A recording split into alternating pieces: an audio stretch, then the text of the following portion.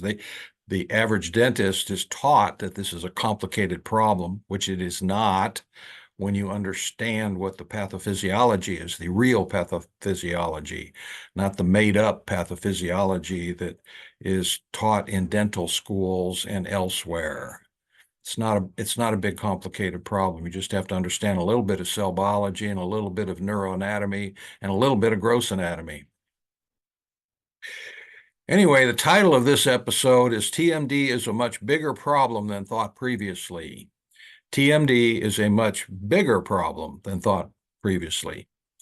So let's start here. How big a problem is this generally considered? Well, if you read the studies, lots of them, there's lots of studies about TMD as it works out. The studies come from different countries, different populations, different times. They've gone on for at least 40 or 50 years studying the prevalence of TMD. The first scientific article about TMD was published by Dr. Robert Koston in 1934. He was an ENT surgeon.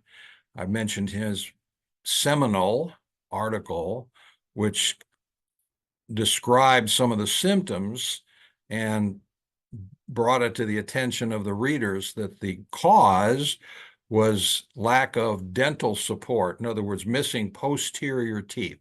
That was his theory at that time, 1934. And that's where all this started. And that's why for 2 decades it was called Koston Syndrome.